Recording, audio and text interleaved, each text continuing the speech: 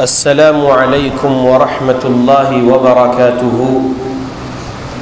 بسم اللہ والحمد للہ والصلاة والسلام علی رسول اللہ وعلى آلہ واصحابہ اجمعین ومن تبعهم بإحسان إلى يوم الدین اما بعد فإن خیر الحدیث کتاب اللہ وخیر الہدی ہدی محمد صلی اللہ علیہ وسلم وشر الأمور محدثاتها وكل محدثة بدعة وكل بدعة ضلالة وكل ضلالة في النار۔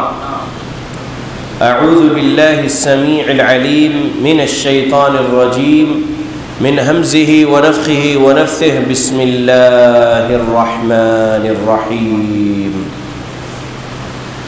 إنا أنزلنا إليك الكتاب بالحق فاعبد الله مخلصا له الدين ألا لله الدين الخالص۔ رب اشرح لي صدري ويسر لي أمري واحلل عقدة من لساني يفقهوا قولي سبحانك لا علم لنا إلا ما علمتنا إنك أنت العليم الحكيم۔ ان العزت للہ جمیعا هو السمیع العلیم۔ تمام قسم کی تعریفوں کا حقدار صرف اور صرف اللہ وحدہ لا شریک ہے۔ میں تعریف کرتا ہوں اس اللہ کی جس نے ساری کائنات کو 6 ایام میں بنا کر اپنے آپ کو عرش پہ مستوی کیا، اور اس اللہ کا عرش 7 آسمانوں کے اوپر ہے۔ پڑھتا ہوں میں درود، اور آپ سب بھی پڑھیں درود اللہ کے آخری نبی آخری رسول محمد صلی اللہ علیہ وسلم پر، جس رحمت للعالمین پر درود پڑھنے کا حکم دیا ہے اللہ رب العالمین نے۔ اللہم صلی علی محمد وعلی آل محمد كما صليت على إبراهيم وعلى آل إبراهيم إنك حميد مجيد۔ اللهم بارك على محمد وعلى آل محمد كما باركت على إبراهيم وعلى آل إبراهيم إنك حميد مجيد۔ سامعین، آج 8 مئی 2022 کو یہاں جامع مسجد ضلع جمعیت اہل حدیث برہان پور مدھیہ پردیش میں اجتماع عام میں میرے درس کا عنوان ہے علم اور عمل میں اخلاص کی اہمیت۔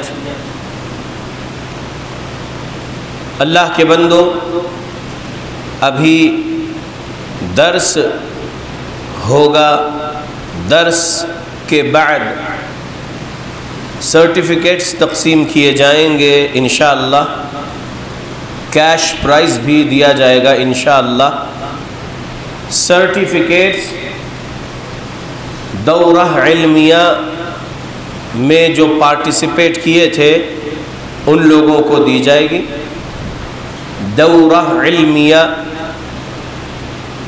الاصول الثلاثہ وادلتها، جو 40 پیج کی کتاب ہم نے آپ لوگوں کو پڑھائے تھے، آپ مرد و خواتین کو 12 دسمبر 2021 کو، اور وہ کورس کا علم حاصل کرنے کے بعد جو لوگوں نے ایگزام بھی لکھے ہیں ان لوگوں کو جو سرٹیفکیٹس اور کیش پرائز دینا ہے، ترتیب بتا دی گئی تھی۔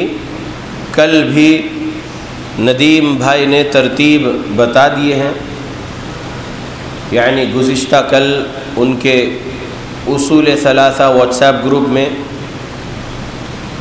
ابھی درس کے بعد وہ تقسیم کیے جائیں گے سرٹیفکیٹس، اور جس کسی کو بھی پرائز دینا ہے وہ پرائز دیا جائے گا انشاءاللہ۔ ابھی جو عنوان پر میں درس دوں گا وہ عنوان کتنا اہم ہے جنت حاصل کرنے کے لیے، یہ سمجھیے۔ جو آیتیں جو حدیثیں سناؤں گا اس کو بہت غور سے سنیے. بس بیٹھے ہیں اور سن رہے ہیں کچھ اور باقی جو ہے ادھر ادھر دھیان جا رہا ہے اور نہیں سن رہے ہیں، اور پھر مسجد کے باہر دوسرے کاموں میں اپنا دل دماغ لگا کے بیٹھ رہے ہیں، تو یہ غلط ہے.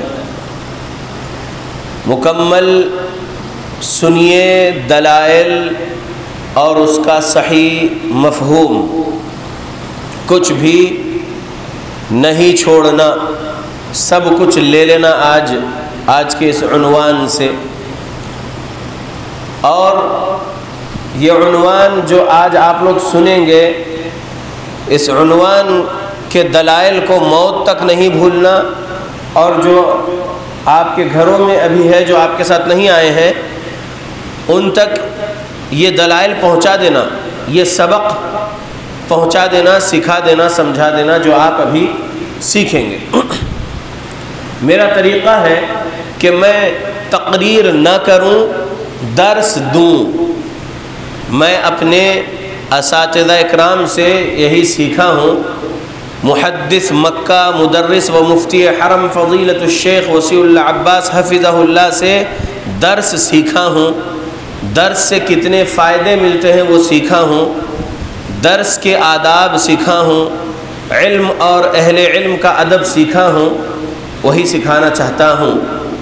میرے دوسرے استاذ فضیلت الشیخ فرقان احمد مدنی حفظہ اللہ، جو اسماء و رجال میں مہارت رکھتے ہیں، اصول حدیث، اصول فقہ، اصول تفسیر میں مہارت رکھتے ہیں الحمدللہ، ان سے بھی جو کچھ سیکھا ہوں میں چاہتا ہوں کہ لوگوں کو وہ سکھاؤں اور تقریر نہ کروں.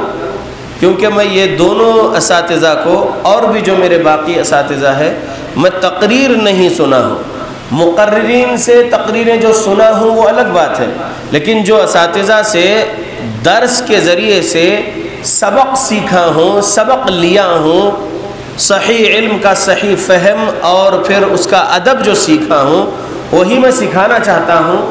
درس سے سیکھنے کو ملے گا، سن کر سیکھنے کو ملے گا. درس سے، تقریر سے صرف سننے کو ملے گا، کچھ باتیں یاد رہے گی، کچھ باتیں یاد نہیں رہے گی. درس میں ایسا ہے کہ مدرس کا کام ہے کہ وہ باتوں کو ریپیٹ کر دینا تاکہ سامعین اس کو سن کر اپنے دل دماغ میں محفوظ کر سکے، یاد کر سکیں اور پھر اس کو آگے پہنچا سکیں انشاءاللہ.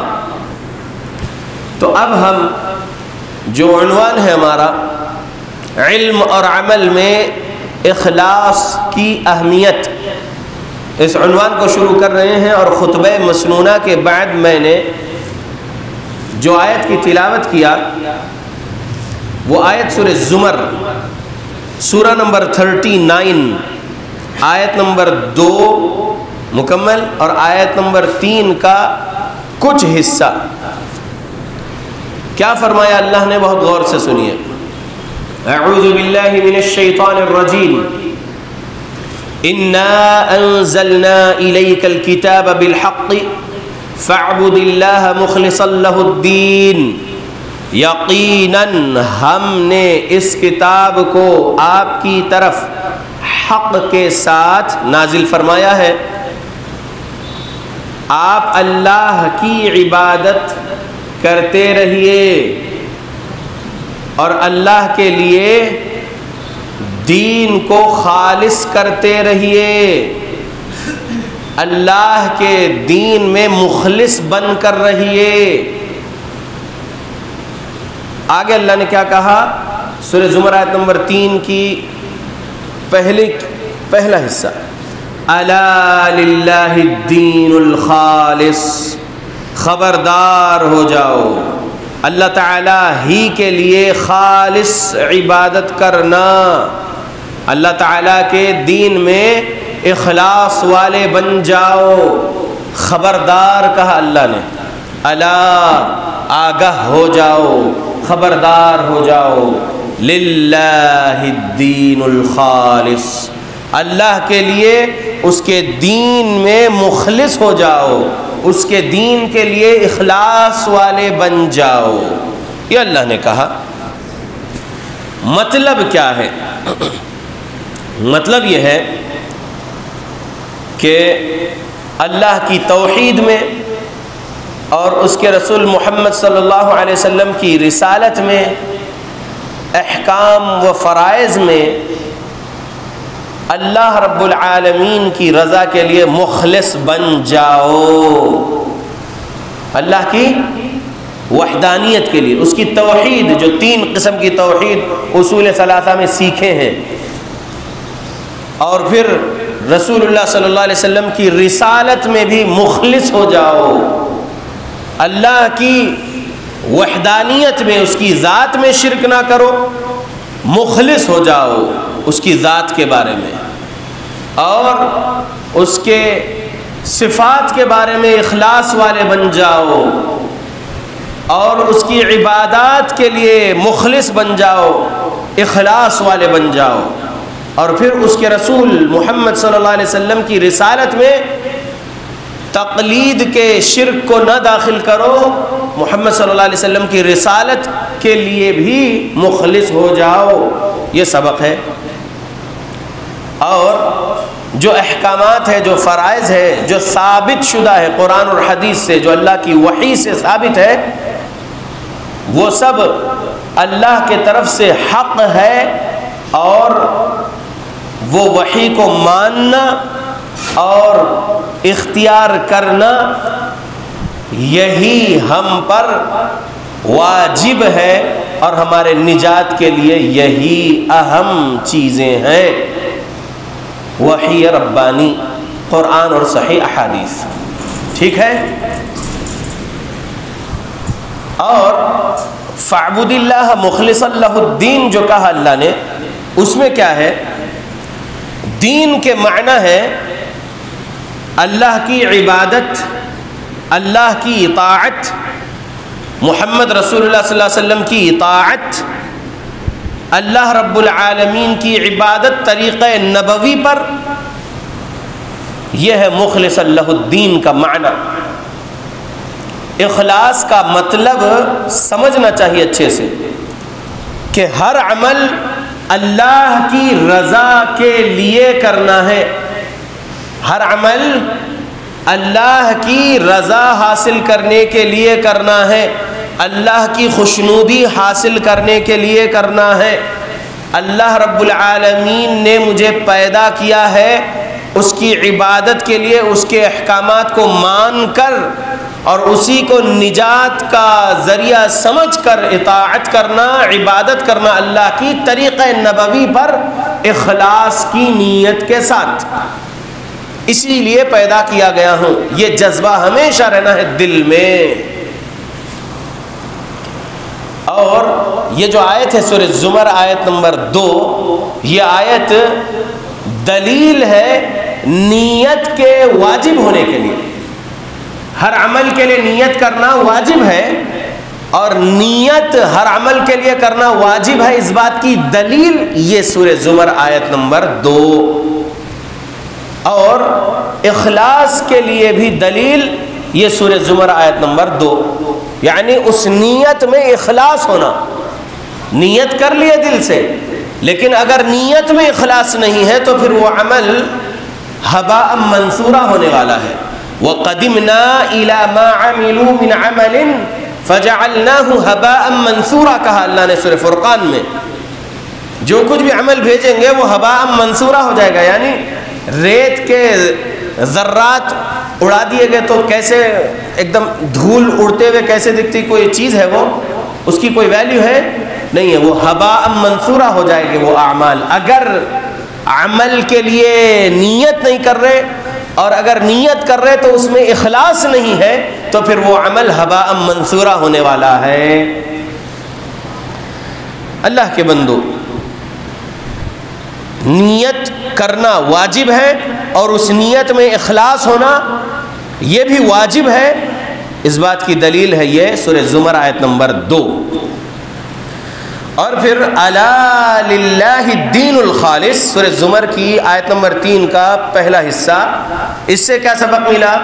اللہ وارننگ کر رہے، خبردار ہو جاؤ، آگاہ ہو جاؤ، مطلب کوئی اہم بات بولنے کے لیے بولا جاتا ہے نا کہ متوجہ ہو جاؤ، خبردار ہو جاؤ، آگاہ ہو جاؤ. یہ کس لیے کہا جا رہا ہے آگے سمجھو. للہ الدین الخالص، اللہ کے لیے اس کے دین میں مخلص ہو جاؤ. اللہ کا دین دین اسلام ہے، دین اسلام میں کیا ہو جاؤ؟ مخلص ہو جاؤ، اخلاص والے بن جاؤ. نیت میں کھوٹ نہیں ہونا ہے، نیت میں کسی قسم کی ملاوٹ نہیں ہونا ہے. اب ہم اس کے لیے ایک حدیث دیکھتے ہیں. صحیح بخاری حدیث نمبر 1، بہت غور سے سنیے. منکرین حدیث کا رد کر دیں گے پہلے اس حدیث کو سمجھتے ہوئے. سب لوگ اپنے ہتھیلیوں کی انگلیوں کو بند کریے. ہتھیلی کی انگلیوں کو، ہاتھ کی انگلیوں کو بند کریے، مٹھی بنائیے جلدی سے. اب ایک ایک انگلی کھولتے جائیے ایک ایک نام پر. منکرین حدیث کا رد کروا رہا ہوں آپ لوگوں سے، یاد رہ جائے گا یہ بھی ایک کام آپ لوگوں کو. امام بخاری رحمت اللہ علیہ کی صحیح البخاری میں حدیث نمبر 1 کیا ہے یہ سمجھ رہے ہم. تو یہ حدیث امام بخاری تک کتنے لوگوں کے ذریعے سے پہنچی، کتنے لوگوں کے واسطے سے امام بخاری رحمت اللہ علیہ تک یہ حدیث پہنچی، یہ آپ لوگ ابھی اپنی انگلیوں پر گنیں گے وہ نام. امام بخاری لکھتے ہیں حدثنا، مطلب مجھے یہ حدیث بیان کیے.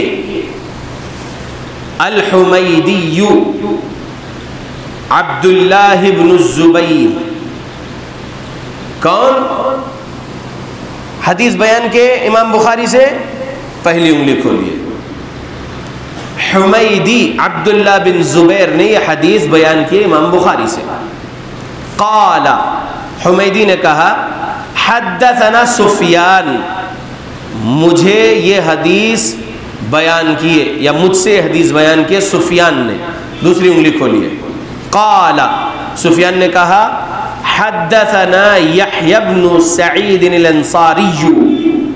سفیان کہتے ہیں یہ حدیث مجھ سے بیان کیا یحییٰ بن سعید الانصاری نے. قال، یحییٰ بن سعید الانصاری کہتے ہیں اخبرنی محمد بن ابراہیم التیمی. یحییٰ بن سعید الانصاری کہتے ہیں کہ مجھے یہ حدیث کی خبر دیے محمد بن ابراہیم التیمی نے.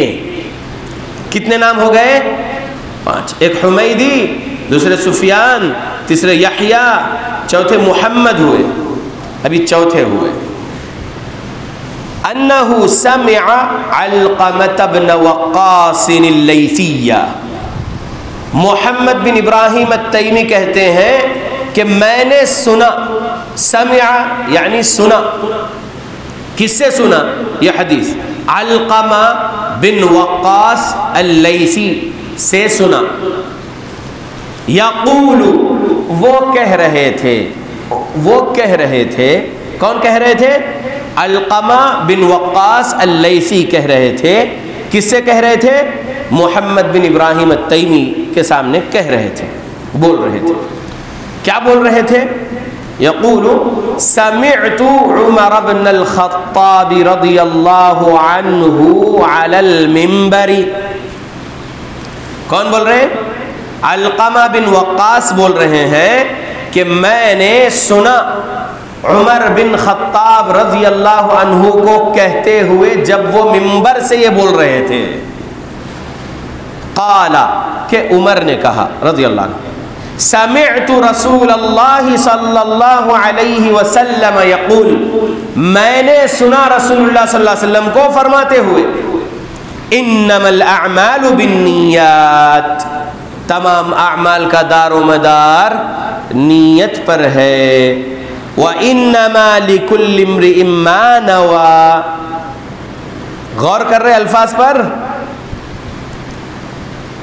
بہت غور سے سنو اور سمجھو اخلاص کا عنوان لے کر بیٹھا ہوں. بہت ٹف عنوان ہے یہ. مجھے نہیں معلوم کہ 100 میں سے 1% اخلاص میرے پاس ہے یا نہیں. میں میرے بارے میں بول رہا ہوں. بہت ٹفسٹ ٹاپک ہے یہ. علماء نے کہا ہے کہ بہت اہم ہے یہ ٹاپک اور بہت مشکل ہے یہ ٹاپک بیان کرنا. بہت جلدی نہیں بیان کرتے اس ٹاپک پر. کئی خطبہ، کئی مدرسین دوسرے ٹاپکس پر بیانات ہوتے لیکن اخلاص پر جلدی بیان نہیں کیا جاتا ہے. بہت ٹفسٹ ٹاپک ہے یہ. تو اب انما الاعمال بالنیات یہ تو رٹا ہوا ہے نا سب کی زبان پر، لیکن آگے الفاظ دیکھیے کیا ہے. وَإِنَّمَا لِكُلِّ امْرِئٍ مَّا نَوَىٰ، اور ہر عمل کا نتیجہ ہر انسان کو اس کی نیت کے مطابق ہی ملے گا. فَمَنْ كَانَ هِجْرَتُهُ إِلَى دُنْيَا يُصِيبُهَا أَوْ إِلَى امْرَأَةٍ يَنْكِحُهَا فَهِجْرَتُهُ إِلَى مَا هَاجَرَ إِلَيْهِ. غور سے سنیے. ہر عمل کا نتیجہ ہر انسان کو اس کی نیت کے مطابق ہی ملے گا. بس جس کی ہجرت دولت حاصل کرنے کے لیے ہے، یعنی دنیاوی دولت حاصل کرنے کے لیے ہے ہجرت، یا ہجرت اس لیے کر رہا ہے کہ کسی عورت سے شادی کرنا ہے اس کو اور اپنے وطن کو چھوڑ کر دوسرے وطن جا رہا ہے اس عورت سے نکاح کے لیے، پس اس کی ہجرت انہی چیزوں کے لیے ہوگی جن کے حاصل کرنے کی نیت سے اس نے ہجرت کیا. یہ مکمل حدیث ہے. یہ حدیث کو ہی اچھے سے سمجھیں گے انشاءاللہ. ٹھیک. اب کتنے نام امام بخاری تک پہنچے رسول اللہ کا نام سے؟ رسول اللہ صلی اللہ علیہ وسلم کو فرماتے ہوئے کون سنے؟ عمر رضی اللہ عنہ سنے. عمر رضی اللہ عنہ کو فرماتے ہوئے کون سنے؟ علقمہ بن وقاص اللیثی نے سنے. علقمہ بن وقاص اللیثی سے کس نے سنے اس حدیث کو؟ محمد بن ابراہیم التیمی نے سنے. محمد بن ابراہیم التیمی نے خبر دیے اس حدیث کی یحییٰ بن سعید الانصاری کو. یحییٰ بن سعید الانصاری نے یہ حدیث بیان کیے سفیان رحمۃ اللہ علیہ کو. سفیان رحمۃ اللہ علیہ نے یہ حدیث سنائے بیان کرے حمیدی عبداللہ بن زبیر کو، اور حمیدی نے یہ حدیث بیان کیے امام بخاری رحمۃ اللہ علیہ کو. تو امام بخاری تک کتنے انگلیاں کھولے آپ نے؟ 8. امام بخاری کا نام تو سند میں نہیں رہتا. جب وہ لکھ رہے ہیں حدثنا تو مطلب وہی ہے وہاں پر. حدثنا مطلب امام بخاری بول رہے ہیں مجھ سے یہ حدیث بیان کیے حمیدی عبداللہ بن زبیر. تو 7 نام سند میں ہیں. ٹھیک ہے. حدیث ایسے پہنچی ہے محدثین تک، اور یہاں پر انکار ہو رہا ہے انکار حدیث والوں کا رد ہو رہا ہے. انکار حدیث والوں کا رد کر رہے ہیں ہم لوگ. کیوں رد کر رہے ہیں؟ سمجھو. وہ لوگ کیا کہہ رہے ہیں؟ قرآن محفوظ ہے، قرآن مضبوطی سے پکڑے رہو، حدیث محفوظ نہیں ہے، حدیث کو چھوڑ دو. حدیث میں 200 سال کے بعد ملاوٹیں ہو گئی اور حدیث کی کتابیں 200 سال کے بعد لکھی گئی، کیونکہ 194 ہجری میں امام بخاری پیدا ہوئے تو 200 سال کے بعد حدیثیں لکھی گئی. لہذا حدیثوں کو مت مانو. ایسا جاہل لوگ منکرین حدیث کا انکار کرنے والے فتنہ پھیلا رہے ہیں. ان ظالموں کے رد کے لیے ہم یہ بول رہے ہیں کہ ظالموں، جھوٹو، جاہلو، ڈرو اللہ سے، مت بولو جھوٹ حدیث کے بارے میں. دیکھو ہم تم کو کیا بتائے ہیں. ابھی امام بخاری 194 میں پیدا ہوئے، 256 میں انتقال ہوا ان کا، 256 ہجری میں چلے گئے اللہ کے پاس امام بخاری رحمۃ اللہ علیہ. لیکن امام بخاری رحمۃ اللہ علیہ نے اپنی صحیح بخاری میں یا اور دوسری کتابوں میں جو حدیثیں نقل کرے ان کی سند کے ساتھ نقل کرے کہ انہوں نے کس سے حدیث سنے، پھر وہ جو روایت کر رہے ہیں انہوں نے کس سے سنے، پھر انہوں نے کس سے سنے، پھر آگے کے انسان کیا نام والے ہیں جو حدیث بیان کرے، یہ حدیث کی خبر دیے، یہ حدیث سنائے. یہ تمام نام محدث لکھتے ہیں حدیث سے پہلے.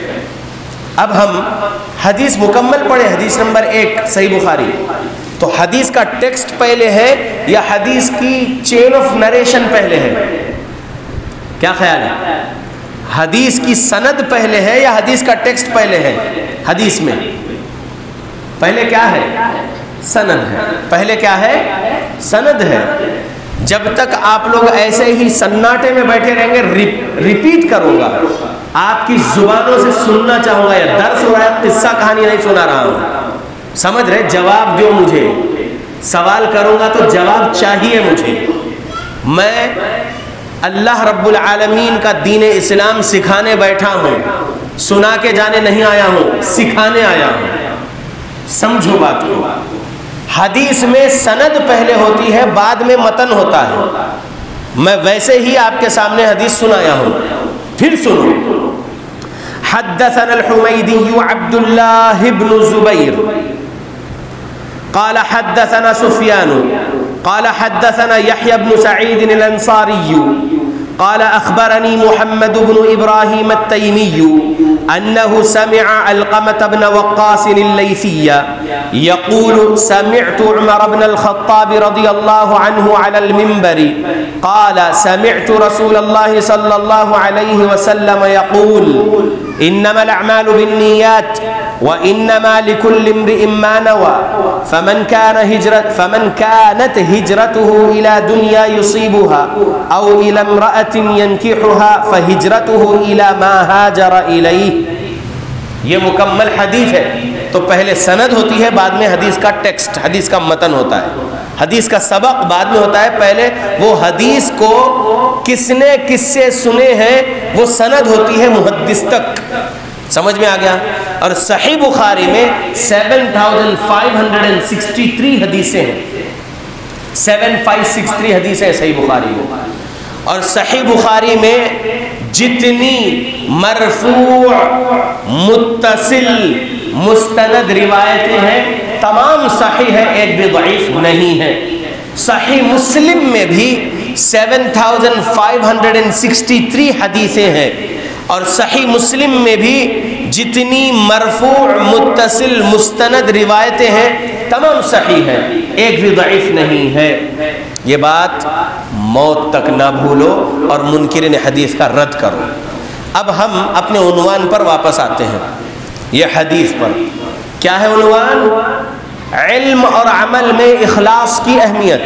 تو بات چل رہی ہے نیت میں اخلاص کی، اور اس کے لیے سورہ زمر آیت نمبر 2 اور آیت نمبر 3 کا شروع کا حصہ بتایا، اور اس کا مختصر ترجمہ اور تشریح تفسیر بتایا، اور اس کی تفسیر میں صحیح بخاری حدیث نمبر 1 سنا رہا ہوں. کیا فرمائے پیارے رسول صلی اللہ علیہ وسلم نے؟ اس حدیث سے سبق کیا دینا چاہ رہے ہیں؟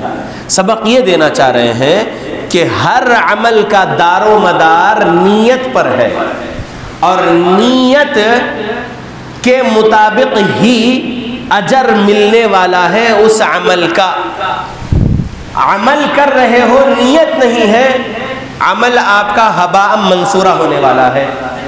عمل کر رہے ہو نیت کے ساتھ، لیکن اس نیت میں اخلاص نہیں ہے، وہ عمل آپ کا ہباء منصورہ ہونے والا ہے. یعنی اڑتی ہوئی دھول کے برابر وہ عمل ہو جائے گا، اس کا کوئی ثواب نہیں ملے گا اگر نیت میں اخلاص نہیں ہے تو. یہ سمجھ میں ہر عمل کا نتیجہ ہر انسان کو اس کی نیت کے مطابق ملتا ہے. یہ سمجھ میں آ رہا ہے ہم کو کون سے الفاظ سے؟ وَإِنَّمَا لِكُلِّ امْرِئٍ مَّا نَوَىٰ. پیارے نبی کے الفاظ سے سمجھ میں آیا. پھر پیارے نبی نے کہا فَمَنْ كَانَتْ هِجْرَتُهُ إِلَى دُنْيَا يُصِيبُهَا. اب اگر جو کوئی بھی شخص ہجرت کر رہا ہے، ہجرت کرنا بہت بڑا کام ہے. ہجرت کرنا بہت بڑا کام ہے. مثال کے طور پہ دلی کے قریب میں گڑگاؤں ہے. گڑگاؤں میں ایک سے لے کر کئی سیکٹرز ہیں، اور سیکٹرز میں کالونیز ہے وہاں پر، اور کچھ ہی سیکٹرز میں مسجدیں ہیں. لوگ اوپن گراؤنڈز میں نماز پڑھ رہے تھے جمعہ کی. رکائے ظالموں نے، سیفرن ٹیررسٹ جو لوگ ہیں، ان لوگوں نے نمازیں نہیں پڑھنا بول کے گورنمنٹ آف ہریانہ سے یہاں تک کہ سی ایم آف ہریانہ کی زبان سے بھی یہ باتیں جاری ہو گئی کہ اوپن گراؤنڈز آف گورنمنٹ میں یا اوپن گراؤنڈز آف وقف میں آپ لوگ نماز نہیں پڑھنا. پرمیشن لیجئے, کسی کے گھر میں ہال میں نماز پڑھ لو یا اپنے گھروں میں پڑھ لو, لیکن اوپن میں نہیں پڑھنا. اب جہاں پر فرض پر عمل نہیں کرنے دیا جا رہا ہے, ایسے گاؤں میں, ایسے شہروں میں مسلمان نہیں رہنا, وہاں سے ہجرت کرنا. وہاں سے کیا کرنا؟ ہجرت کرنا. اور ہجرت کس کے لیے کرنا؟ فرائض پر عمل کر سکوں, نبی صلی اللہ علیہ وسلم کی سنتوں پر عمل کر سکوں. جو اعمال مجھے کرنا ہے اللہ کی عبادتوں میں, وہ تمام عبادتیں جو اللہ کے لیے خالص کرنا ہے, وہ عبادتیں کرنے کے لیے مجھے ایسے گاؤں یا ایسے شہر میں ہجرت کرنا ہے. اب میرے اس گاؤں یا شہر کو چھوڑ کر جس گاؤں میں امن ہے وہاں جانا ہے, جہاں ظلم ہے اس زمین کو چھوڑنا ہے. یہ جذبہ ہونا چاہیے گڑگاؤں کے مسلمانوں کے اندر, اور ہجرت کرنا چاہیے وہ لوگوں کو. آج صرف محمد صلی اللہ علیہ وسلم کی ہجرت مکہ سے مدینہ کے لیے ہوئی, بس وہی ہجرت کے جو واقعات سنتے رہیں گے, سناتے رہیں گے, عمل نہیں کریں گے. جس زمین پر ظالم حکمران یا ظلم کرنے والے کفار مسلمانوں کو فرائض پر عمل کرنے نہیں دے رہے ہیں اور بہت زیادہ اسٹرکٹ پابندیاں لگا دیے ہیں, فرض ادا نہیں کر پا رہا ہے مسلمان کسی زمین پر, تو اس زمین کو وہ چھوڑ دے اللہ کے لیے اور نکل کے آ جائے ایسے زمین میں جہاں پر اس کو عبادتوں میں کوئی تکلیف نہیں ہے, وہ آسانی سے عبادتیں کر سکتا ہے. ویسے گاؤں, ویسے شہر کی طرف وہ ہجرت کرنا. اگر کوئی بندہ اللہ کے لیے ہجرت کر رہا ہے تو الحمدللہ بہت بڑا اجر کا کام وہ کیا ہے, اور اس عمل میں اخلاص ہے, اس ہجرت میں اخلاص ہے. ہجرت کرنا ایک عمل ہے, تو اس ہجرت والے عمل میں اخلاص ہے اللہ کے لیے, انشاءاللہ جنت مل گئی اس کو. اگر کوئی بندہ ہجرت کر رہا ہے ایک سٹیٹ سے دوسرے سٹیٹ یا ایک سٹی سے دوسرے سٹی, دنیا کمانے کے لیے, اللہ کے لیے نہیں, تو جو نیت سے وہ ہجرت کرا اس کو وہی چیز ملے گی, اجر نہیں ملے گا. اگر کسی لڑکی یا عورت سے نکاح کے ارادے سے ہجرت کر رہا ہے, اللہ کے لیے ہجرت نہیں کر رہا ہے, تو وہ عورت ہی ملے گی یا وہ لڑکی ہی ملے گی, کیونکہ جو ارادہ کیا, جو نیت کیا, بس وہی کام کے لیے, اللہ کے لیے تھوڑی کیا. تو یاد رکھیے اللہ رب العالمین نے نبی سے کہلوا دیا, جس نیت کے ساتھ تم جو عمل کرو گے تم کو وہی ملے گا. سمجھ رہے اللہ کے بندے؟ تو یہ حدیث صحیح بخاری حدیث نمبر 1. کیوں 1 نمبر پہ لکھے امام بخاری رحمۃ اللہ علیہ نے اس حدیث کو؟ غور کر رہے امام بخاری رحمۃ اللہ علیہ امیر المؤمنین فی الحدیث اور امیر المؤمنین فی الفقہ بھی. ان کی صحیح بخاری جو ہے جس ترتیب میں ہے, پہلے نمبر پہ کتاب بدء الوحی, یعنی نبی صلی اللہ علیہ وسلم کو بھی معلوم ہو رہا ہے کہ آپ نبی اور رسول بنائے گئے ہیں اللہ کے, وحی کے ذریعے سے معلوم ہو رہا ہے. وحی سے پہلے محمد بن عبداللہ کو نہیں معلوم تھا کہ آپ رسول اور نبی ہیں. محمد بن عبداللہ کو نہیں معلوم تھا کہ آپ نبی اور رسول ہیں, نبی اور رسول کی ذمہ داری دیے جانے والے ہیں, نہیں معلوم تھا محمد بن عبداللہ کو وحی سے پہلے. جب وحی آئی غار حرا میں تو محمد بن عبداللہ ہو گئے محمد الرسول اللہ. سمجھ رہے؟ تو امام بخاری رحمۃ اللہ علیہ دیکھو, یہ صحیح بخاری حدیث نمبر 1 جو نقل کرے تو وحی کی کتاب پہلے لکھے ہیں, وحی, اور اس میں پہلے نمبر پہ نیت والی حدیث کو لے کر آئے ہیں, کیونکہ ہر عمل سے پہلے اس عمل کی نیت کرنا ضروری ہے. ٹھیک, تو پہلے نمبر پہ امام بخاری کتاب بدء الوحی. دوسرے نمبر پہ کتاب الایمان, نبی صلی اللہ علیہ وسلم خود ایمان لائے جبرائیل کی ان باتوں کو سن کر. آمن الرسول بما انزل الیہ من ربہ والمؤمنون. پہلے نمبر پہ کون ایمان لائے؟ پہلے نمبر پہ رسول ایمان لائے, خود محمد بن عبداللہ ایمان لائے اور محمد الرسول اللہ بن گئے. آمن الرسول بما انزل الیہ, جو ان پر نازل ہوا اللہ کی طرف سے اس پر ایمان لائے. تو نازل کیا ہوا؟ وحی نازل ہوئی, اس پر ایمان لائے. کون؟ محمد بن عبداللہ ایمان لا کر محمد رسول اللہ ہو گئے. الحمدللہ. پھر بعد میں نبی کے قریبی لوگ ایمان لائے اور صحابہ بن گئے، مومنین بن گئے۔ تو معلوم یہ ہوا کہ امام بخاری نے صحیح بخاری میں دوسرے نمبر پہ کتاب الایمان نقل کرے، کتاب الایمان لکھے اور ایمانیات کی حدیثیں اس میں جمع کیے۔ تیسرے نمبر پہ ایمان کے بعد کتاب الصلاۃ نہیں لکھے امام بخاری رحمۃ اللہ علیہ، تیسرے نمبر پہ کیا لکھے؟ کتاب العلم، کتاب العلم تیسرے نمبر پہ۔ یعنی اب علم حاصل کرو عمل کرنے سے پہلے، ایمان لا لیے، اب کیا عمل کرنا ہے وہ عمل کرنے سے پہلے اس عمل کے بارے میں علم حاصل کرو۔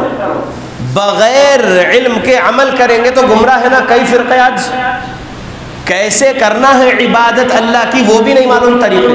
تو تیسرے نمبر پہ امام بخاری کیا نقل کرے صحیح بخاری میں؟ کتاب العلم۔ کتاب العلم کے بعد چوتھے نمبر پہ کیا نقل کرے؟ کتاب طہارت، یعنی چیپٹر آف مینسس، اس کے بعد غسل، اس کے بعد وضو وغیرہ، پھر اس کے بعد کتاب الصلاۃ۔ سمجھ میں آ رہا؟ تو یہ ترتیب امام بخاری کی جو صحیح البخاری میں ہے، یہ جو چیپٹرز انہوں نے باندھے ہیں، یہ دیکھ کر ہم کو کیا بڑا سبق مل رہا ہے کہ ہر عبادت کو کرنے سے پہلے اس عبادت کے بارے میں علم حاصل کرو، اور علم سے پہلے ایمان لاؤ۔ اور ایمان کس چیز پر لاؤ؟ تو وحی پر ایمان لاؤ، وحی پر ایمان لاؤ، زمینی باتوں پر ایمان نہ لاؤ۔ آسمان سے جو نازل کیا اللہ نے اپنے نبی، اپنے آخری رسول محمد صلی اللہ علیہ وسلم پر، ان پر ایمان لاؤ، وہ وحی پر ایمان لاؤ، کتاب قرآن مجید اور اس کی تفسیر حدیث۔ سمجھ میں آ گیا؟ تو سمجھ میں آنا یہ باتیں، اس لیے میں ٹاپک سے تھوڑا سا باہر جا کر یہ چیزیں سمجھایا ہوں۔ اخلاص ٹاپک ہے لیکن یہ بھی سمجھا رہا ہوں تاکہ جو ہے یہ باتیں ذہن میں رہنا، دل میں رہنا، اور یہ آپ آگے تک پہنچانا لوگوں کو، ٹھیک ہے؟ اب اگر یہ حدیث آپ لوگوں کو سمجھ میں آ گئی ہے نیت کے بارے میں، تو اب ہم آگے بڑھتے ہیں۔ اللہ رب العالمین کے نبی صلی اللہ علیہ وسلم پر قرآن نازل ہوا۔ قرآن میں سورہ بینہ ہے، اور سورہ بینہ کی آیت نمبر 5، اعوذ باللہ من الشیطان الرجیم، وَمَا أُمِرُوا إِلَّا لِيَعْبُدُوا اللَّهَ مُخْلِصِينَ لَهُ الدِّينَ حنفاء ويقيموا الصلاة ويؤتوا الزكاة وذلك دين القيمة۔ ترجمہ سنیے، وما امروا الا ليعبدوا الله مخلصين له الدين، انہیں اس بات کے سوا کوئی حکم نہیں دیا گیا کہ وہ صرف اللہ کی عبادت کرے اور اسی کے لیے دین کو خالص رکھے۔ حنفاء ويقيموا الصلاة ويؤتوا الزكاة وذلك دين القيمة، اور ابراہیم علیہ السلام جو حنیف تھے، یعنی اللہ کے طرف رجوع کرنے والے، یکسو ہو کر اللہ کی عبادت کرنے والے، ٹیڑھے پن کے ساتھ عبادت نہیں، سیدھا سیدھا راستہ ابراہیم علیہ السلام کا۔ ابراہیم حنیف کے دین پر نماز اور زکوٰۃ دیتے ہوئے قائم رہے، اور اللہ نے کہا ذالک الدین القیم، ذالک دین القیم، اللہ نے کہا یہی سیدھا راستہ ہے، یا یہی مضبوط دین ہے، قائم دین ہے، یہی سیدھی ملت ہے، اللہ رب العالمین نے کہا۔ تو اب اس آیت سے کیا سبق ہے اخلاص کے بارے میں؟ اس میں مخلصین کہا اللہ نے، کیا کہا؟ مخلصین کہا اللہ نے، سورہ بینہ آیت نمبر 5، وما امروا، اور انہیں یہ حکم دیا گیا، الا لیعبدوا اللہ، صرف اور صرف اللہ کی عبادت کرو، یعنی اس حکم کے علاوہ کچھ اور نہیں حکم دیا گیا تھا ان کو۔ وما امروا الا لیعبدوا اللہ مخلصین لہ الدین، اللہ رب العالمین کے عبادت کے علاوہ کسی کی عبادت نہ کرو، یہ حکم دیا گیا، اور اللہ رب العالمین کے دین کے لیے مخلص ہو جاؤ۔ کیا ہو جاؤ؟ مخلص ہو جاؤ، اخلاص والے بن جاؤ۔ اب یہ آیت کو سمجھیں گے ہم لوگ حدیث سے، بہت غور سے سنیے۔ صحیح مسلم میں حدیث ابو ہریرہ رضی اللہ عنہ سے روایت کردہ حدیث ہے۔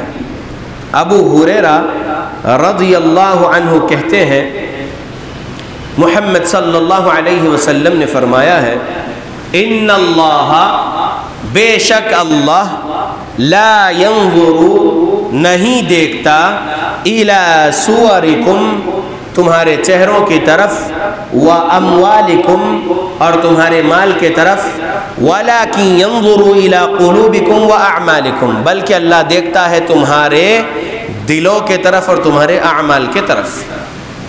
سورہ بینہ کی آیت نمبر 5 کی تفسیر میں یہ حدیث لایا ہوں میں، محدثین مفسرین جو سمجھائے انہی کے منہج پر رہ کر میں آپ کے سامنے بات رکھ رہا ہوں۔ مخلصین لہ الدین کہا اللہ نے سورہ بینہ آیت نمبر 5 میں، اللہ کے دین کے لیے مخلص ہو جاؤ اللہ نے کہا۔ یہاں پر اس حدیث میں سبق کیا ہے؟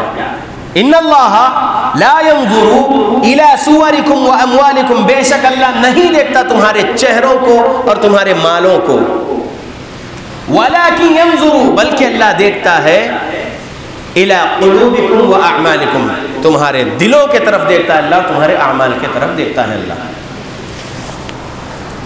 اب ایک مثال سے سمجھیے، ایک شخص بلینئر ہے یا ملینئر ہے، اس کے پاس یہ آپ کی جامع مسجد ضلع جمعیت اہل حدیث برہان پور والے گئے اور تعاون کے سلسلے میں گئے کہ دیکھیے کام بہت سلو ہو رہا ہے، یہاں پر بہت کام پینڈنگ ہے، اللہ کی رضا کے لیے آپ اس کام کو تکمیل کریے، اللہ نے آپ کو جو عطا کر رکھا ہے، اللہ کا ہی مال ہے جو آپ کے پاس ہے، اس میں سے جو کر سکتے ہیں کریے، مسجد میں ابھی بہت سارے کام پینڈنگ میں ہیں۔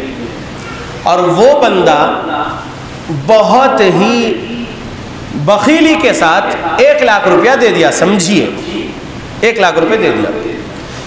اگرچہ وہ چاہا تو 10 لاکھ 20 لاکھ بھی دے سکتا ہے، ملینئر مطلب بہت زیادہ پیسے والا، کروڑ پتی ہے وہ، تو 10 لاکھ 20 لاکھ بھی دے سکتا ہے، ٹھیک ہے آپ اپنے کام کو مکمل کریے، اور اگر کچھ کام باقی رہ رہا ہے، یہ پیسے ختم ہو رہے ہیں اور کام باقی رہ رہا ہے تو اور پیسے لینے آ جائیے، ایسا بولنا چاہیے، یہ نہیں بول کے 1 لاکھ روپے دے رہا ہے۔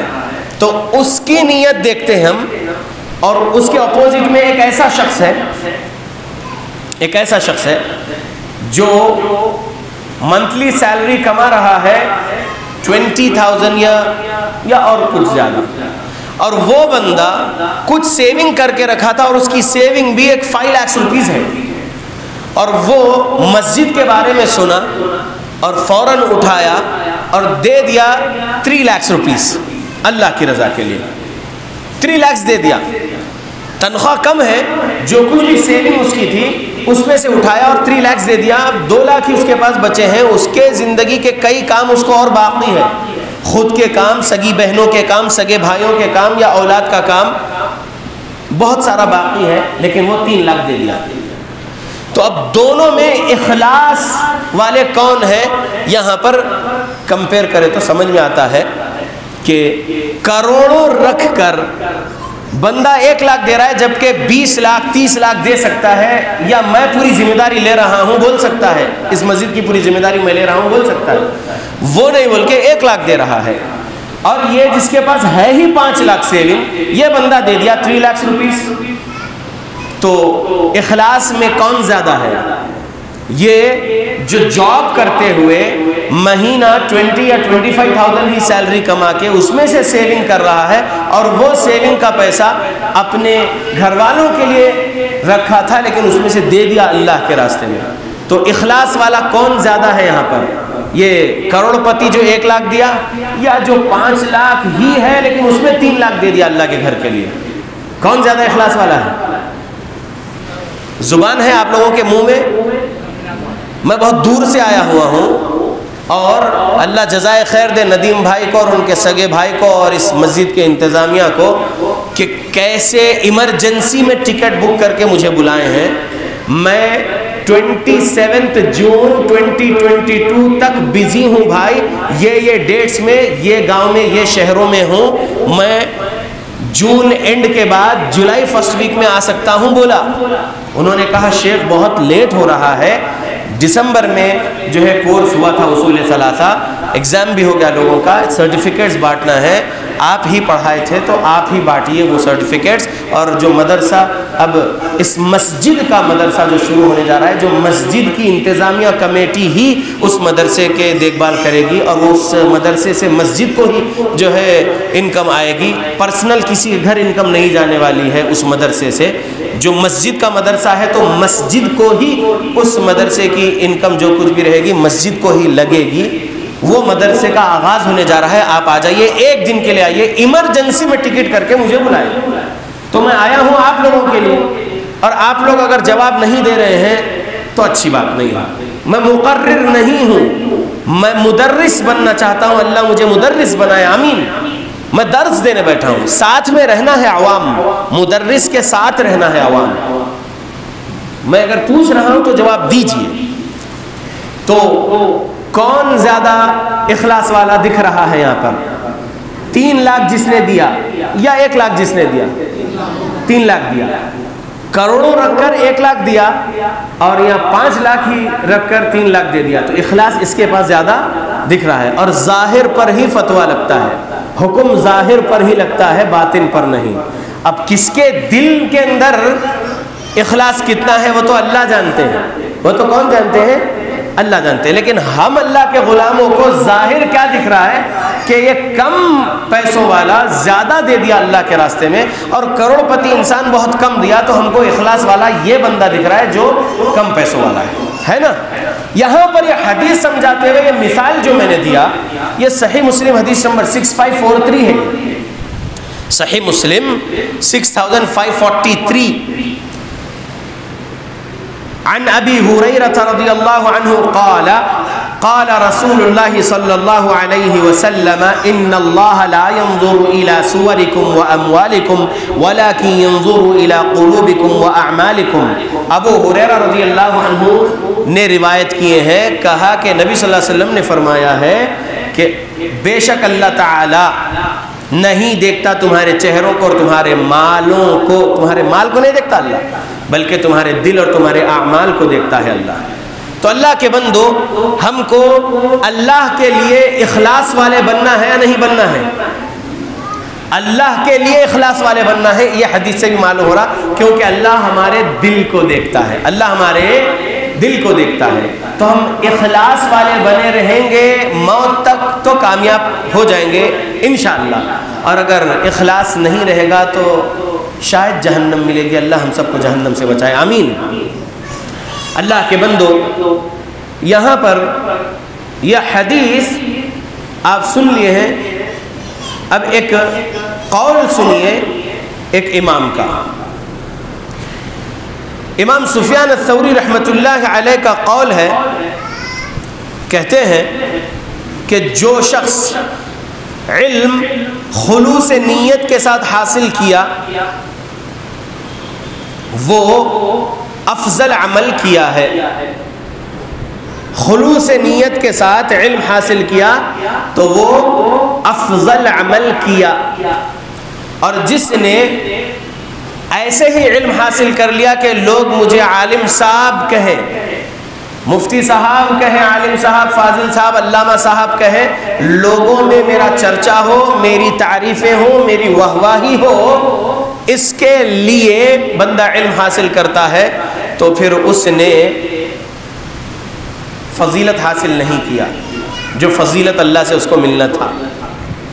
اللہ رب العالمین کے لیے علم حاصل کرتا تو افضل عمل کیا, اور اللہ رب العالمین جو کچھ اس کو فضیلت دیں گے وہ اللہ کی مرضی سے دیں گے اللہ. اور اگر بندہ اللہ کی رضا کے لیے علم حاصل نہیں کیا, لوگوں میں تعریفیں حاصل کرنے کے لیے علم حاصل کیا, تو پھر وہ بندہ محروم رہ رہا ہے اللہ کے فضل سے. اللہ کے فضل سے محروم رہنا بد نصیبی ہے. اللہ ہم سب کو اس کا فضل عطا کرے, بد نصیبوں میں نہ رکھے اللہ ہم کو, آمین. تو امام سفیان ثوری رحمۃ اللہ علیہ کیا فرمائے ہیں؟ جو علم خلوص نیت کے ساتھ حاصل کیا جائے اس سے افضل اور اعلی عمل کوئی نہیں ہے۔ یہ قول امام سفیان ثوری رحمۃ اللہ علیہ کا سیر اعلام النبلاء کتاب کا نام ہے، سیر اعلام النبلاء، جلد نمبر 7 صفحہ نمبر 244 پر ہے۔ سیر اعلام النبلاء کتاب ہے امام شمس الدین ذہبی رحمۃ اللہ علیہ کی۔ اللہ کے بندو، یہ قول امام سفیان ثوری رحمۃ اللہ علیہ کا جو ہم سمجھیں، میں اپنے بارے میں کچھ کہہ دوں۔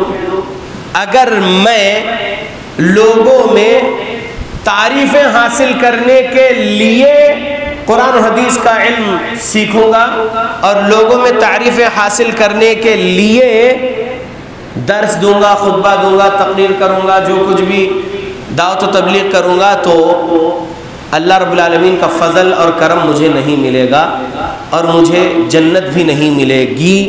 اللہ کہے گا قیامت کے دن، جن لوگوں کے تعریفیں سننے کے لیے تو نے علم سیکھا تھا اور اس علم پر عمل کیا تھا تاکہ لوگ تعریف کریں، جا اب انہی سے کچھ دیکھ لے، ملتا ہے کیا لوگوں کے پاس تجھے اجر تیرے ان اعمال کا جو تو لوگوں کے لیے کرتا تھا۔ یہ اللہ بولیں گے قیامت کے دن۔ لہذا مجھے اللہ سے اور اللہ کی جہنم سے ڈرتے ہوئے قرآن و حدیث کا علم حاصل کرنا ہے، قرآن و حدیث کے علم پر عمل کرنا ہے اللہ سے ڈرتے ہوئے، اور قرآن و حدیث کو لوگوں میں عام کرنا بھی ہے تو اللہ سے ڈرتے ہوئے۔ مجھے تعریفیں نہیں بٹورنا ہے، مجھے تعریفیں نہیں بٹورنا ہے، تب ہی جنت مل سکتی ہے انشاءاللہ۔ اب اس میری بات کے لیے میں ایک دلیل آپ لوگوں کو سنانا چاہتا ہوں، دلیل مسند احمد سے۔ مسند احمد حدیث نمبر 23630، 23630، مسند احمد 23630،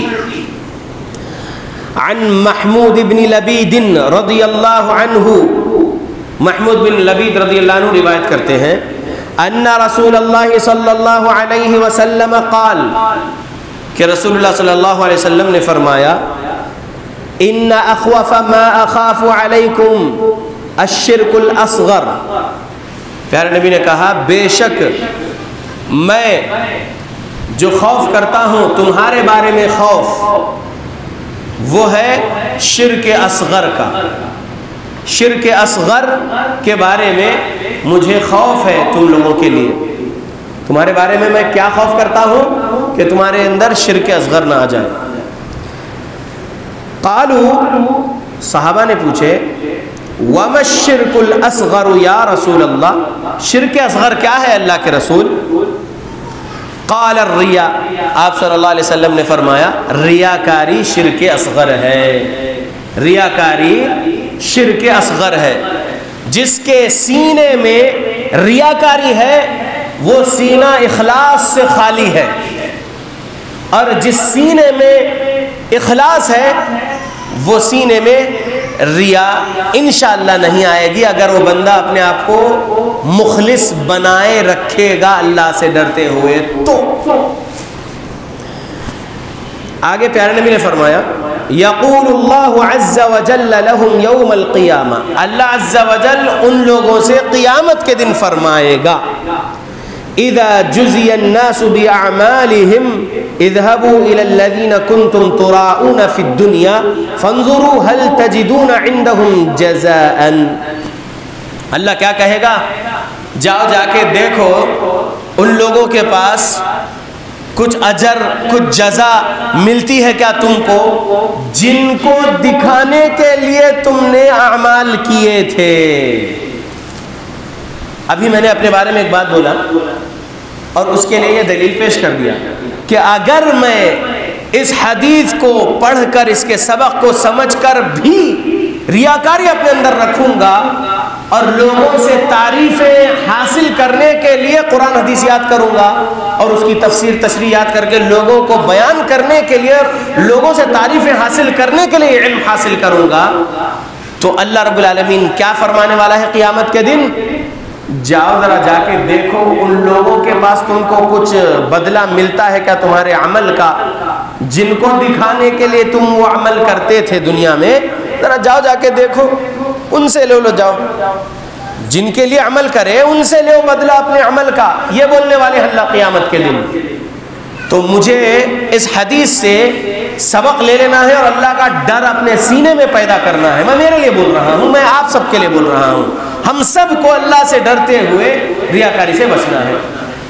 اگر ہم علم حاصل کرنا جو عمل ہے، علم حاصل کرنا عمل ہے نا، اگر ہم علم حاصل کر رہے ہیں اللہ کی خوشنودی کے لیے، لوجہ اللہ، اللہ کی رضامندی کے لیے علم حاصل کر رہے ہیں قرآن و حدیث کا، الحمدللہ خوش نصیب رہیں گے دنیا اور آخرت میں انشاءاللہ۔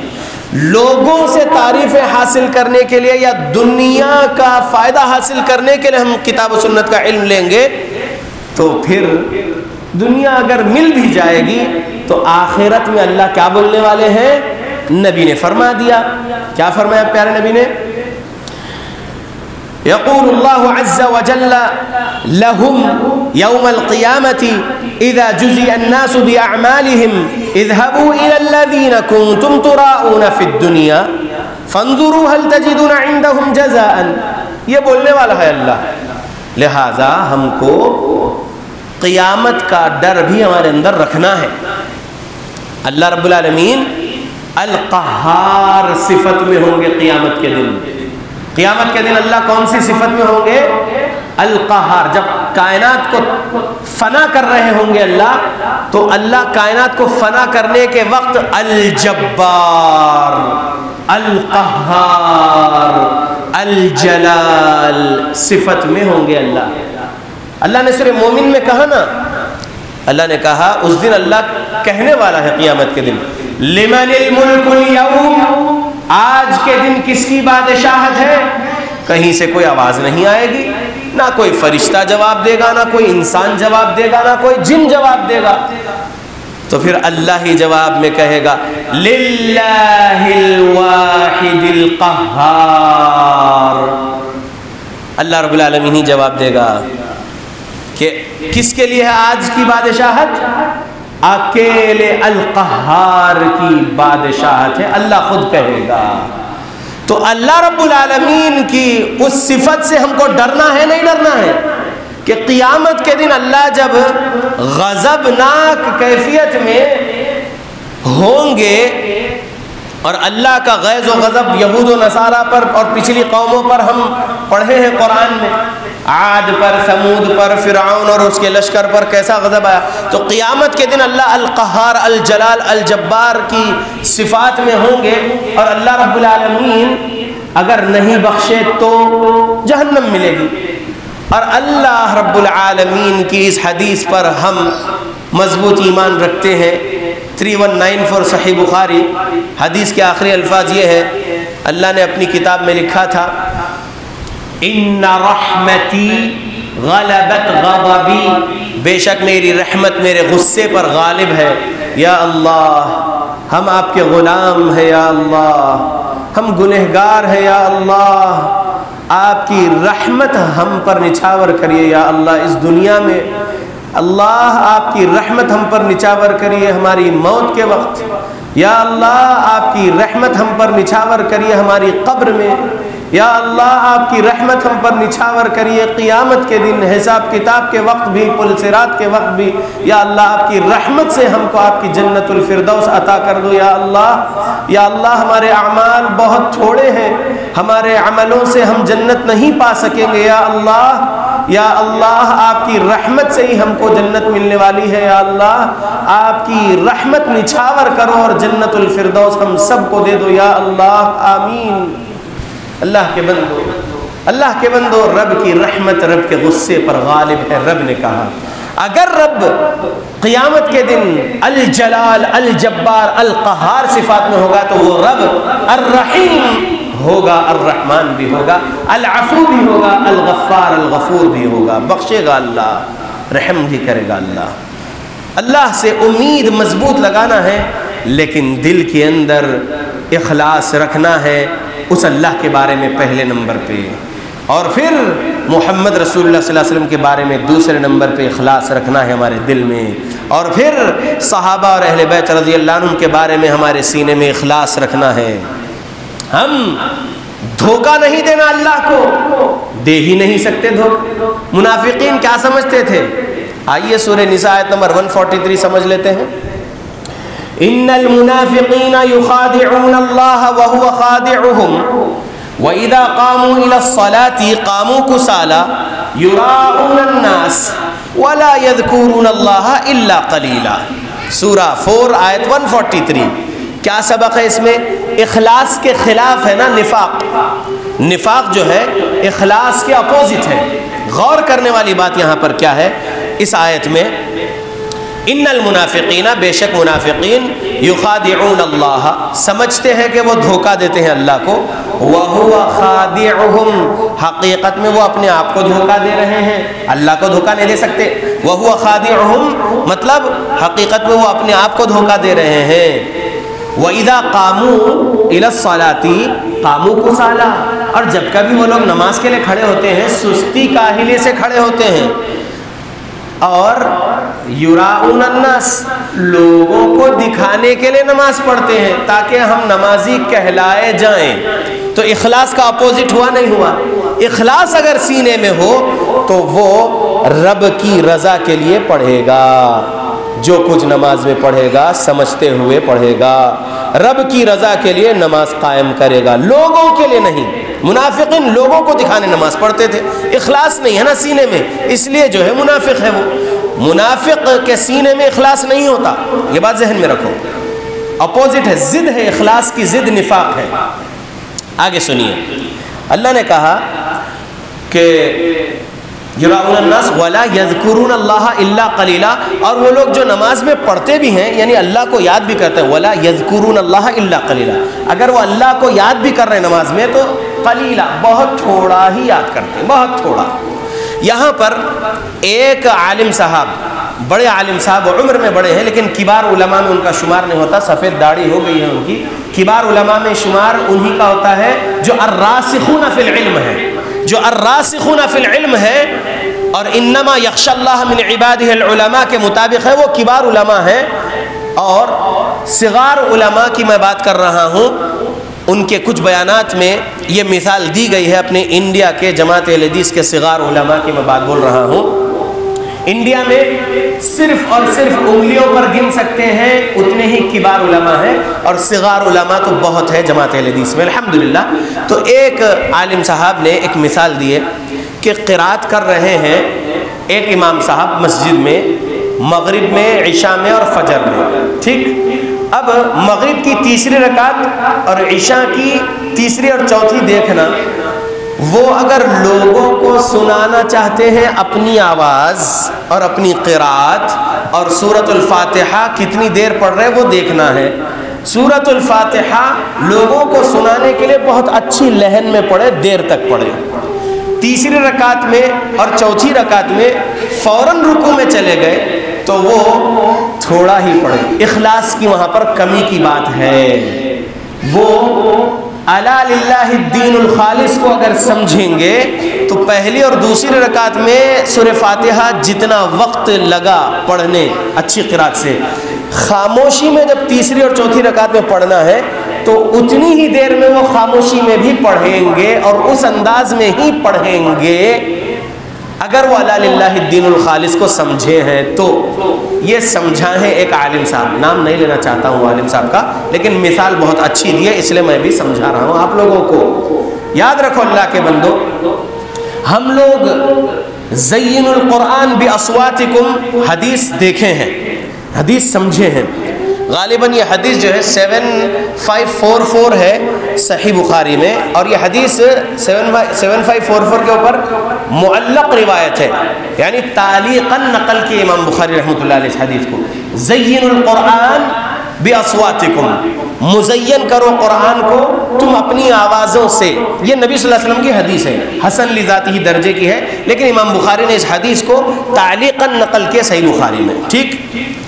تو اگر کوئی مزین کر رہے ہیں قرآن کو نبی کی حدیث کے مطابق اور زینت بخش رہے ہیں قرآن کو اپنی آواز سے، نبی نے کہا نا اچھی بات ہے، زین القرآن باصواتکم، مزین کرو قرآن کو اپنی آوازوں سے، اچھی بات ہے، اپنی آواز سے اچھے سے زینت بخشو قرآن کو، بہت اچھے سے پڑھو، لیکن آپ تیسری اور چوتھی رکعت میں بھی ویسے ہی سورہ فاتحہ خاموشی میں پڑھنا ہے، یعنی سری طور پر جو پڑھنا ہے تیسری اور چوتھی رکعت مغرب اور عشاء کی، تو اس میں یہ ہے کہ آپ پہلی اور دوسری رکعت میں جیسے سورہ فاتحہ پڑھے ہو تیسری میں بھی اتنا ہی وقت لے کے پڑھو، اخلاص مضبوط کرو اپنا، یہ سمجھائے ہیں عالم صاحب۔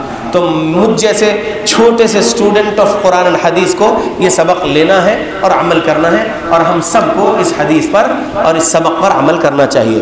لوگوں کو دکھانے کے لیے، لوگوں کو سنانے کے لیے اپنی آواز سنا رہے ہیں تو اخلاص کی کمی ہے، یہ سمجھائے ہیں ہمارے علماء۔ الا للہ الدین الخالص ہے یا الا للہ الناس، الا للناس اس طریقے کے الفاظ ہیں، خبردار ہو جاؤ اللہ کے لیے دین میں مخلص ہو جاؤ ہے، یا لوگوں کے لیے للناس ہے یا للہ ہے؟ للہ ہے، لہذا للہ ہونا ہے، ٹھیک ہے؟ تو ریا سے بچنا بہت ضروری ہے، اخلاص اپنے اندر پیدا کرنا بہت ضروری ہے۔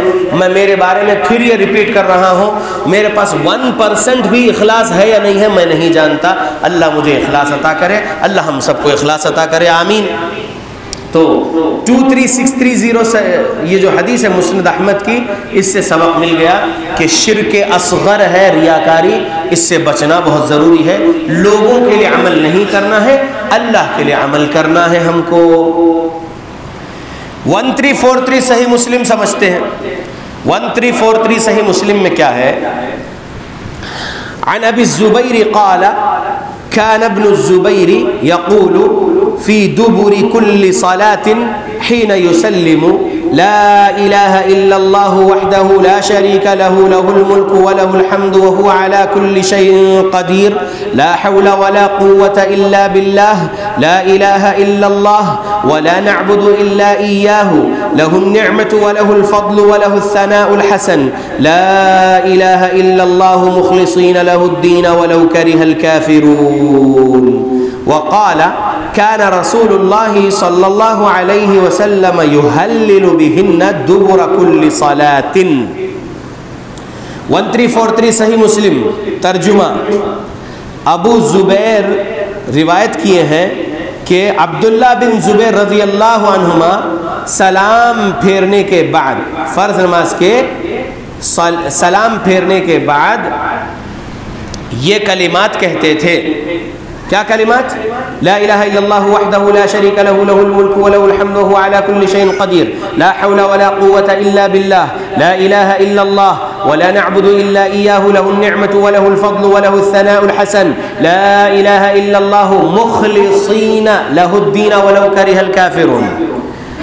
اب یہ حدیث آج کے درس کی آخری حدیث رہے گی، سمجھو اس میں کیا سبق ہے۔ ترجمہ سمجھتے ہیں اس دعا کا، یہ کلمات کا ترجمہ سمجھیے۔ ایک اللہ کے سوا کوئی عبادت کے لائق نہیں، اس کا کوئی شریک نہیں، حکومت اور فرما روائی اسی کی ہے، اور وہی شکر کا حقدار ہے کہ اسی کا شکر بجا لائیں ہم، اور وہی ہر چیز پر قدرت رکھنے والا ہے، قادر ہے۔ گناہوں سے بچنے کی توفیق اور نیکی کرنے کی قوت اللہ ہی سے ملتی ہے، اس کے سوا کوئی معبود نہیں ہے، ہم اس کے سوا کسی کی بندگی نہیں کرتے، ہر طرح کی نعمت اور سارا فضل و کرم اسی کا ہے، خوبصورت تعریف کا سزاوار بھی وہی ہے، اللہ کے سوا کوئی عبادت کے لائق نہیں، ہم اس کے لیے دین میں اخلاص رکھنے والے ہیں، چاہے کافر اس بات کو کتنا ہی ناپسند کریں۔ یہ حدیث کا اور یہ دعا کا، یہ کلمات کا ترجمہ یہاں پر ہے۔ اب آگے حدیث کے الفاظ کا ترجمہ یہ ہے کہ عبداللہ بن زبیر رضی اللہ عنہ نے کہا کہ رسول اللہ صلی اللہ علیہ وسلم ہر نماز کے بعد بلند آواز سے لا الہ الا اللہ والے یہ کلمات کہا کرتے تھے، یعنی یہ مرفوع روایت ہے، صحابی نے یہ کلمات سمجھا کر فرما دیے کہ یہ کلمات نبی فرمایا کرتے تھے۔ اب یہ حدیث میں آج کے اخلاص کے عنوان پر کیا سمجھانا چاہتا ہوں؟ سمجھانا یہ چاہتا ہوں کہ اللہ کی بڑائی بیان کرتے ہوئے صحابی نبی سے کیا سنے الفاظ، اس میں اخلاص کے بارے میں کیا سبق ہے۔ نبی صلی اللہ علیہ وسلم فرماتے تھے اور صحابی نے فرمایا کہ ہم اس کے لیے یعنی اللہ کے لیے دین میں اخلاص رکھنے والے ہیں۔ یہ دعا کب پڑھنے کی ہے؟ فرض نماز کے سلام پھیرنے کے بعد پڑھنے کی ہے۔ اب تھوڑا توجہ دیجئے، سبحان اللہ سبحان اللہ سبحان اللہ سبحان اللہ الحمدللہ الحمدللہ الحمدللہ اللہ اکبر اللہ اکبر اللہ اکبر اللہ اکبر۔ کیسا ہے؟ اچھا ہے؟ برا ہے؟ ابھی جو آپ کے سامنے پڑھ کے بتایا یہ کیسا ہے؟ برا ہے اچھا ہے؟ برا ہے نا، میننگ ہی نہیں سمجھ میں آ رہا کیا پڑھ رہے ہیں۔ اللہ اکبر اللہ اکبر اللہ اکبر سبحان اللہ سبحان اللہ سبحان اللہ سبحان اللہ سبحان اللہ سبحان اللہ الحمدللہ الحمدللہ الحمدللہ، نہیں ایسا نہیں ہے۔ کیسا ہے؟ اخلاص کے ساتھ پڑھنا ہے۔ ایک ویڈیو یہ اذکار کے بارے میں یوٹیوب پر امام البانی کا میں سنا، آڈیو ہے، اس کو ویڈیو بنا کر اپلوڈ کیا گیا۔ کیوں پڑھ رہے ہو ایسی جلد بازی والے اذکار؟ ضرورت نہیں ہے اللہ کو آپ کے ایسے جلد بازی والے اذکار کی۔ امام البانی رحمۃ اللہ علیہ نے کہا سکون ہونا چاہیے، اخلاص ہونا چاہیے، مخلص رہو اللہ کے لیے۔ کیا بول رہے ہیں یہاں پر؟ مخلصین لہ الدین بول رہے نہیں بول رہے؟ ہم اللہ کے لیے اس کے دین میں اخلاص رکھنے والے ہیں بول رہے ہیں۔ پڑھ رہے نہیں پڑھ رہے دعا؟ ہر فرض نماز کے اذکار میں، ہر فرض نماز کے سلام پھرنے کے بعد یہ دعا پڑھ رہے ہیں۔ زبان سے کیا بول رہے، دل سے وہ سمجھ رہے ہیں، پھر کہاں سے اخلاص رہا؟ ہے اخلاص؟ نہیں ہے۔ سمجھو کیا سمجھانا چاہتا ہوں۔ سبحان اللہ سبحان اللہ سبحان اللہ، پاک ہے اللہ پاک ہے اللہ پاک ہے اللہ۔ سمجھ میں آ رہا؟ اتنے سکون سے پڑھو، 33 مرتبہ پڑھنا ہے نا۔ الحمدللہ، تمام تعریفیں اللہ کے لیے ہیں بول رہے۔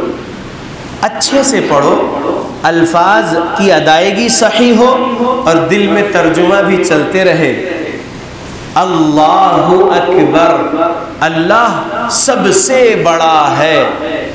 زبان سے الفاظ ادا کرو اچھے سے اور دل میں ترجمہ چلنے دو، تو یہ اخلاص کو بڑھانے والا کام کر رہے ہیں سمجھ لینا ہم لوگ۔ اور اگر صرف اور صرف پڑھ رہے ہیں اللہ اکبر سبحانک اللہ ربنا وبحمدک تبارک اسمک وتعالی جدک لا الہ غیرک الحمدللہ، کیا پڑھ رہے ہیں سمجھ میں خود کو نہیں آ رہا، الفاظ کی ادائیگی نہیں، ورڈ چھوڑ رہے، لیٹرز چھوڑ رہے، کچھ بھی پڑھ رہے اور جلدی رکوع، جلدی سجدے، جلدی اذکار اور جلدی مسجد سے بھاگ رہے۔ اخلاص ہے؟ اخلاص کے بغیر کوئی عمل قبول نہیں ہوگا۔ میں آپ کو اس کی واجب ہونے کی دلیل سورہ زمر آیت نمبر 2 سے بتا دیا تھا۔ یعنی ہر عمل کے لیے نیت ضروری اور نیت واجب، اور اس نیت میں اخلاص ہونا یہ بھی واجب ہے، یہ بھی فرض ہے۔ اگر اس نیت میں اخلاص نہیں ہے تو وہ عمل کیا ہونے والا ہے؟ وَقَدِمْنَا إِلَى مَا عَمِلُوا مِنْ عَمَلٍ، یہ اللہ نے کہا۔ اور جو تم عمل آگے بھیج رہے ہو، وَقَدِمْنَا إِلَى مَا عَمِلُوا مِنْ عَمَلٍ فَجَعَلْنَاهُ هَبَاءً مَنْثُورًا، کیا ہونے والا ہے وہ؟ هَبَاءً مَنْثُورًا ہونے والا ہے، یعنی غبار کی طرح اڑا دیے جانے والا ہے وہ عمل۔ تو ہم پھر یہ جو کر رہے ہیں یہ صرف ایکسرسائز رہ جا رہی کیا؟ جی ہاں، ایکسرسائز رہ جا رہی ہے بس۔ سمجھو بات کو۔ ابھی رمضان گزرا، اب یہ شوال چل رہا ہے اور آج غالباً 6 شوال ہے۔ سنو رمضان کے بارے میں 2 حدیثیں سنا دیتا ہوں۔ کم من صائم لیس له من صیامه الا الظمأ، کئی ایسے روزہ دار ہیں جن کو ان کے روزے سے سوائے پیاس کے کچھ نہیں ملتی۔ کم من قائم لیس له من قیامہ الا السحر، کئی ایسے قیام اللیل کرنے والے ہیں جن کو ان کے قیام اللیل سے سوائے جاگنے کے، سوائے تھکاوٹ کے کچھ اجر نہیں ملنے والا ہے، نبی نے فرمایا۔ تو تفصیل اب نہیں سمجھاؤں گا وہ دونوں حدیث کی، لیکن ایسے روزہ دار اور ایسے قیام اللیل والے بھی تھے ہوں گے ہمارے درمیان، یا ہم ہی تھے ہوں گے نعوذ باللہ۔ اگر ہم اخلاص کے بغیر روزہ رکھے، اخلاص کے بغیر قیام اللیل پڑھے، صرف فارمیلٹی کی نماز پڑھے اور چلتے چلے گئے، تو پھر وہ کچھ بھی اجر نہیں ملا، سمجھنا ہے ہباء منصورہ ہونے والا ہے وہ۔ اگر اخلاص ہے نیت میں تو پھر انشاءاللہ امید قوی ہے اللہ سے کہ وہ اجر ملے گا، ضرور ملے گا اللہ کے پاس۔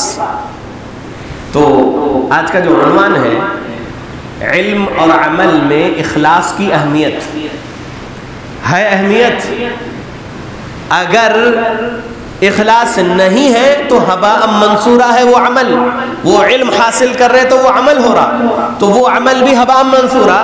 اس علم پر اگر عمل بھی کر رہے اور عمل میں نیت میں اخلاص نہیں ہے تو وہ عمل بھی ہباء منصورہ ہو رہا، تو پھر فائدہ کچھ ملا آخرت کا نہیں۔ تو اہمیت ہے اخلاص کی، کتنی اہمیت ہے؟ فاؤنڈیشنل اہمیت ہے۔ اگر اخلاص نہیں ہے سینے میں اس عمل کے لیے تو پھر وہ عمل رد ہونے والا ہے۔ اللہ کیا دیکھتا؟ اللہ دل دیکھتا، نیت دیکھتا، اخلاص دیکھتا اللہ رب العالمین۔